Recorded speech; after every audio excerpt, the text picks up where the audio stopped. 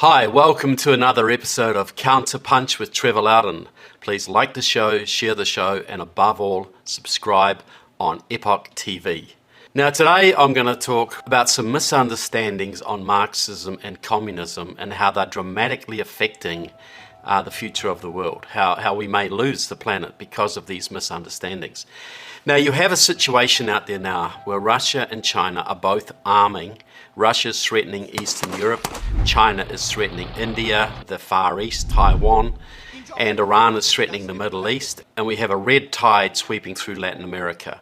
Venezuela's communist, Nicaragua's communist, Chile has just elected a far leftist, Peru's gone the same way, so is Honduras. The balance of power in the world is changing and the West is in a perilous state. And they got there through a massive misunderstanding, or a series of misunderstandings. Some of them deliberately fostered.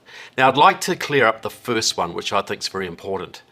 Now back in the 70s, Kissinger and Nixon sold America on the idea that China could be wooed away from the Soviet Union.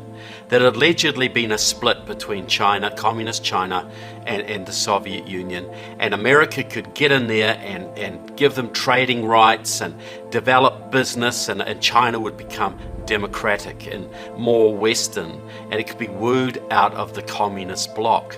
And lots of money was put into this, and American foreign policy was worked around this concept, because especially after Deng Xiaoping came to power in 1976 and started to open up the economy, you started to see businesses spring forward. All the big commentators thought, well, yes, this is China's going off the communist road. China is seeing the advantages of capitalism. China is moving into our camp, and all we have to do is keep giving them money, build factories on their territory, open up everything we can, the World Trade Organization, etc., and everybody would live happily ever after. And when the Soviet Union collapsed in the early 90s, that philosophy went on steroids. Let's make money with China. Let's bring China into the Western fold. You know, both President Bushes talked incessantly about how they wanted a strong China as a partner in the world. Well, there's a big problem with that. China never went off the communist road. Once it went on, it has never come off. People have a massive misunderstanding about what communism is. Now, you can read this in the Vietnamese literature and the Chinese literature. Vietnam and China are both adopted free market policies, and according to Westerners, that means they are no longer communist, right? Okay, they've adopted capitalist policies, so they can't be communist. Well, that's because these people don't understand what communism is. Now, Marx, who knew a thing or two about communism, was really the founder of the modern communist movement, not the first communist, but the most influential. Marx posited 5 stages of human development. The first stage, primitive communism.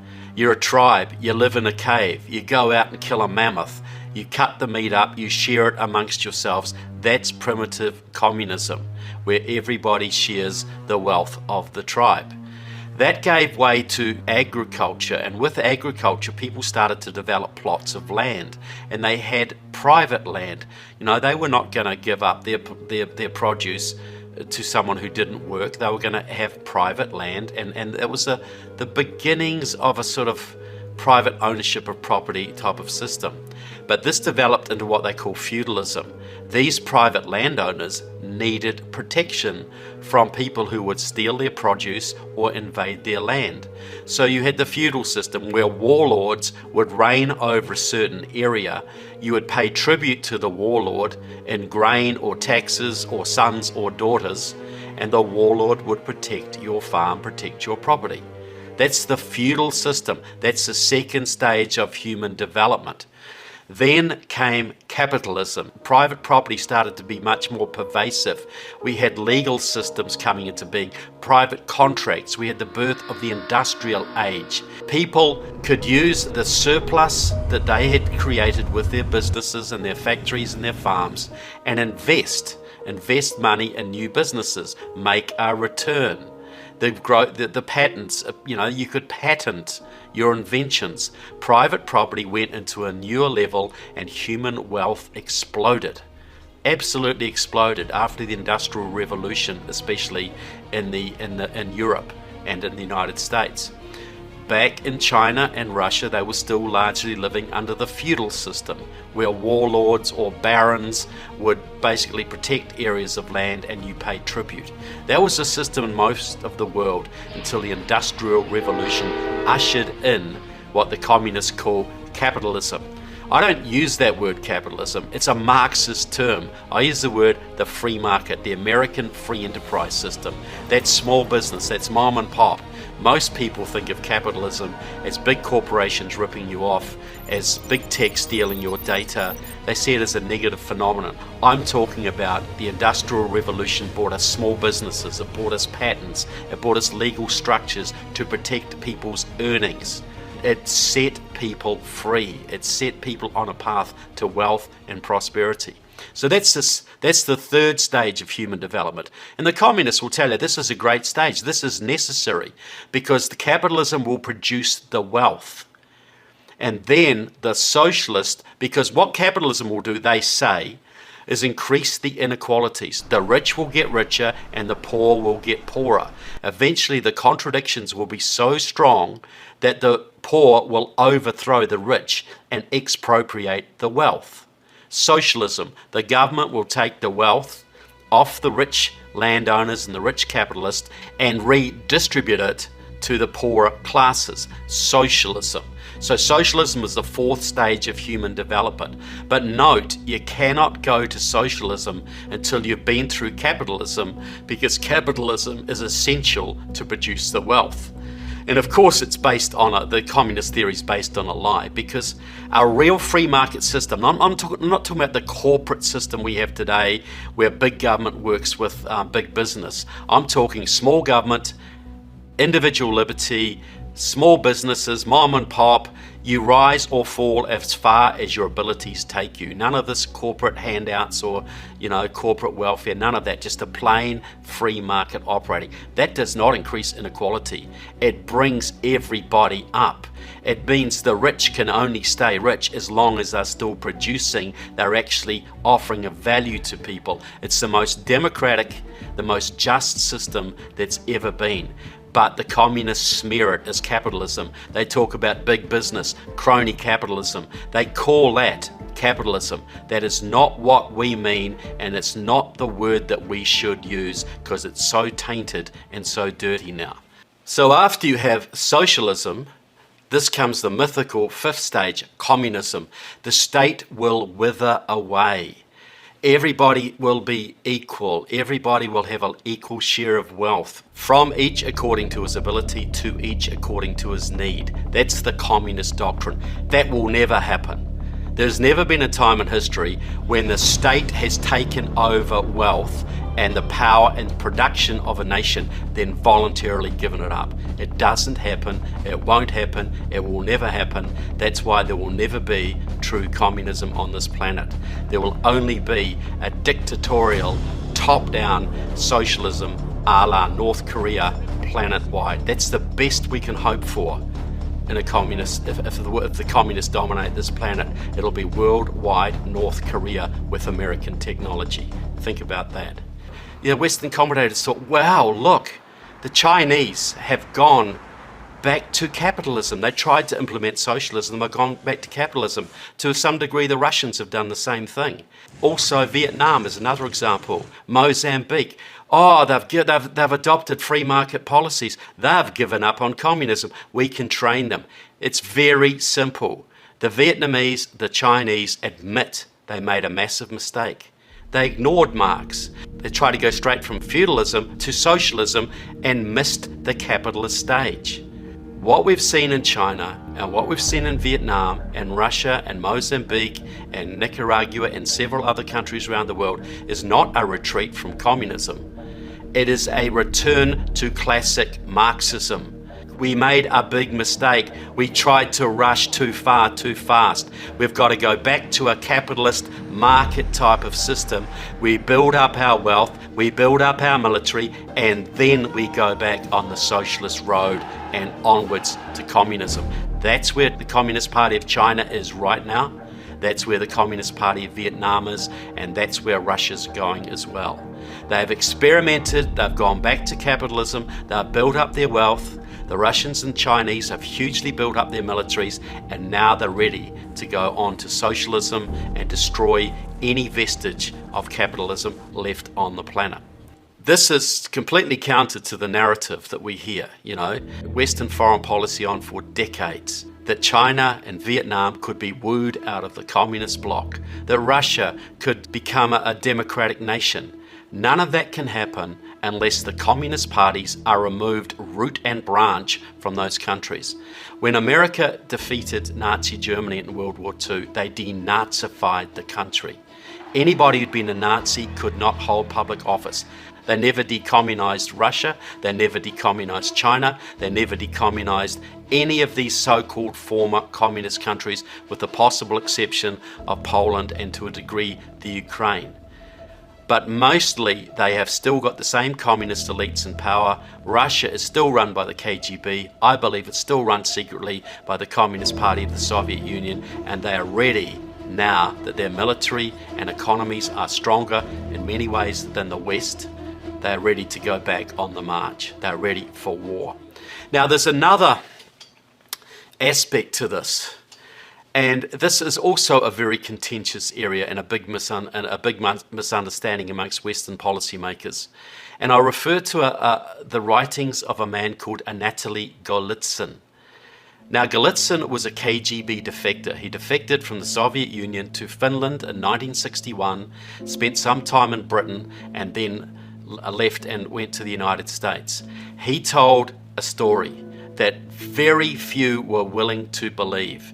He told a story of massive communist deception that was way over the heads of most policymakers and most intelligence officers. A few British intelligence officers championed him, and good for them, and James Angleton, the head of counterintelligence in the CIA, also became a big champion of this man. This started a war inside the CIA. The traditional faction who believed that the Soviet Union could be was nowhere near as powerful as we thought and wasn't really interested into big strategic disinformation, and the Golitzenite faction who believed that most of Western policy was based on false assumptions about the Soviet Union and the communist bloc, and the infiltration of Western countries was way, way bigger than we had thought, that it was in most political parties, they had penetrated most intelligence agencies, they were in the position to manipulate the West from Moscow. This is the message of Golitzen. He wrote this all up in 1984 in a book called New Lies for Old. By that time, the CIA was done with them. Angleton had been fired. The unimaginative faction, I'll put it kindly, of the CIA was back in control, and Golitzen was sidelined. They ignored what he had to say. In 1957, under Shelepin, the head of the KGB, the communist movement did a major reorganization and a major reassessment of its mission. They were not doing well. They were having trouble in their subservient states in Eastern Europe. Their economies were a wreck. They couldn't build up their military. China was draining their money. They just were not competing with the West. They knew their communist experiment would die if they didn't change strategies. They were not going to defeat the West unless they did something differently. So this is what Golitzen said, and he was part of this process. An inner KGB set up at this time in 1957 to 1960, and they came up with a long-range strategy that was implemented at the top reaches of the Communist Party of the Soviet Union. They drew to some degree on the split between Tito, the communist leader of Yugoslavia, and Stalin. They had a genuine falling out. Tito split from the Soviet bloc, and American money, American aid poured into the country trying to woo Tito and Yugoslavia out of the Soviet bloc. Well, they eventually reconciled, they became friends again, and that money was very useful to Tito and his comrades.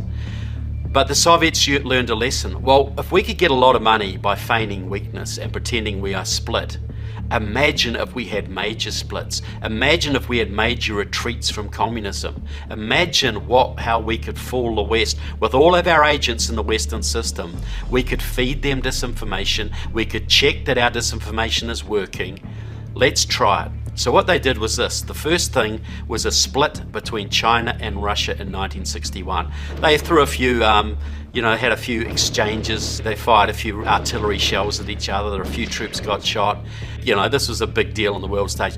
Russia and China are splitting. The Chinese communism is splitting with Soviet communism. We must exploit that. And they did start to exploit it in the 70s through Kissinger and Nixon.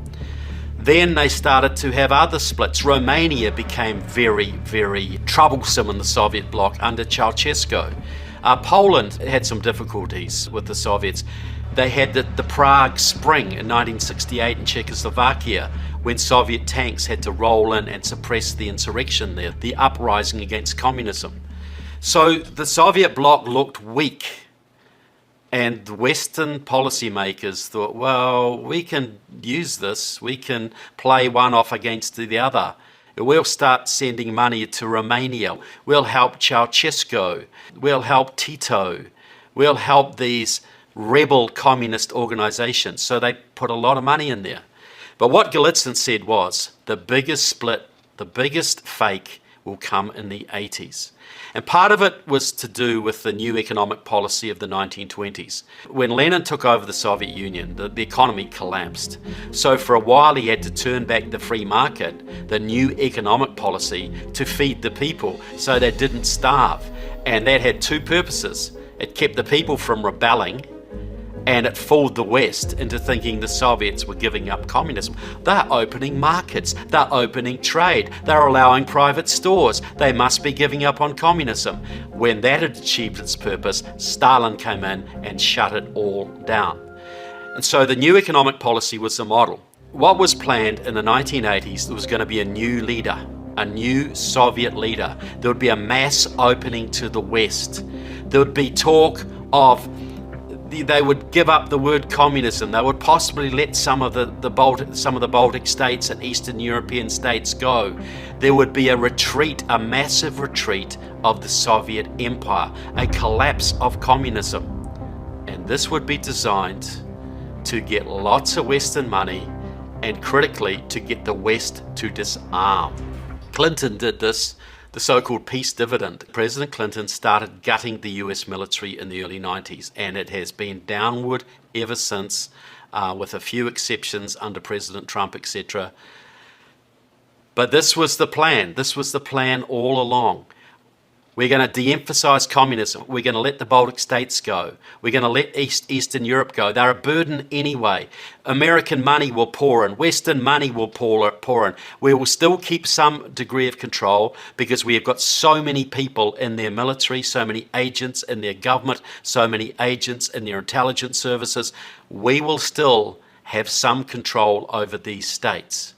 The only states that probably really broke away, truly, in this scenario, I'd say the Ukraine and Poland, and maybe Georgia. Georgia might be another example, but by and large, states like Bulgaria, Romania are still very much under the same control that they were in back in the Soviet days. The same people are still running things. But what's changed? The West doesn't care about communism anymore. The West was focusing on Islam, while the Soviet Union collapsed into Russia and then restarted building its military. When China built up the world's second greatest economy and a massive military, Western policymakers thought, well, China's not communist really. They got business, so we don't have to worry about them. Russia's still got a long way to go.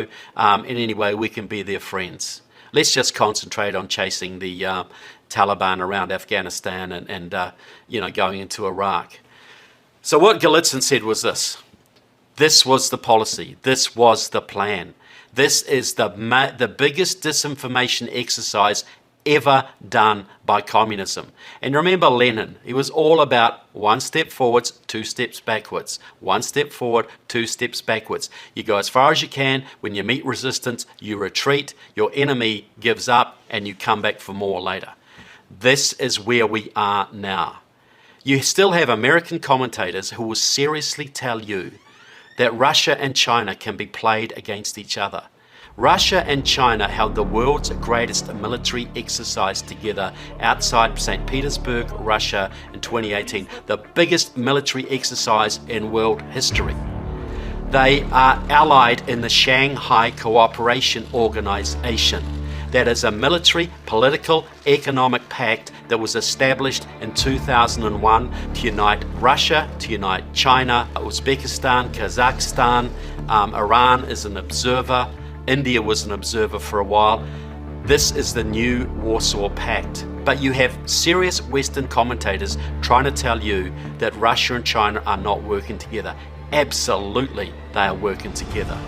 And as Golitzen said, when the West had disarmed and the West had invested huge amounts of money in China and Vietnam and Russia, when the West was pretty much exhausted of its cash, Russia and China would join together and with one closed fist destroy the United States once and for all and become the dominant world powers and go back onto a very rigorous, very tyrannical form of Leninism. That is the program, folks. We misunderstand the nature of communism. We think because they have some market operations, therefore they can't be communist. That's a fallacy. We believe that because communism went into major retreat in Eastern Europe, that it is no threat. That Russia is no threat. Russia has nukes now that could take out Texas with one bomb. China can send missiles twice around the world. Russia and China are getting ready. Russia, China and Iran and Venezuela and Cuba and all North Korea and their allies are getting ready for war. The American military is getting ready for mascara. That's the situation we are in. Communism is on the verge of its greatest triumph, its final triumph, and we are living in la-la land if we think we can play one country off against the other. Russia and China are allies. They are allied to Iran, and their major enemies are Israel and the United States, and their goal is to annihilate both. So we got to wake up, people. We got to get onto our leaders. We've got to elect leaders who are Winston Churchills, not Neville Chamberlains. We have to wake up to the fact that our civilization is threatened like it's never been threatened before and stand up. Please read Golitzen's book, written in 1984, New Lies for Old. It will change your view of world politics. Read his second book, The Perestroika Deception. Read books by Jeff Nyquist, The Origins of the Fourth World War. All of these books will give you a far better view of what's going on in the world right now than anything you'll see on the mainstream media. So I'll repeat them. New Lies for Old by Anatoly Golitzen. The Perestroika Deception by Anatoly Golitzen. The Origins of the Fourth World War by Jeff Nyquist. This is what you need to understand if we're going to survive in the West, because the hour is late. So I hope you found this interesting, if a little chilling. I don't expect you to believe what I've said here. Please do your own research. I think if you're honest and diligent, you'll come up with similar conclusions. So thanks for watching, people. I'll be expanding on these themes in later episodes. So God bless America. God bless every freedom-loving person in the world. And let's save our countries, save our civilization, and just roll up our sleeves. So thank you very much for watching.